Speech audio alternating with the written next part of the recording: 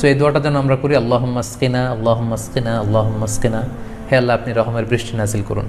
সহিহ মুসলিমের বর্ণনা এসেছে রাসূল সাল্লাল্লাহু আলাইহি ওয়াসাল্লাম পড়তেন আল্লাহুম্মা আগিসনা আল্লাহুম্মা আগিসনা আল্লাহুম্মা আগিসনা, অর্থাৎ হে আল্লাহ আপনি বৃষ্টি নাজিল করুন, বৃষ্টিতে আমাদেরকে সহায়তা করুন, সাহায্য করুন। সুনানে আবু দাউদের বর্ণনায় আরেকটি চমৎকার ফ্রেজ এসেছে যেটা পরে রাসূল সাল্লাল্লাহু আলাইহি ওয়াসাল্লাম বৃষ্টির জন্য দোয়া করতেন।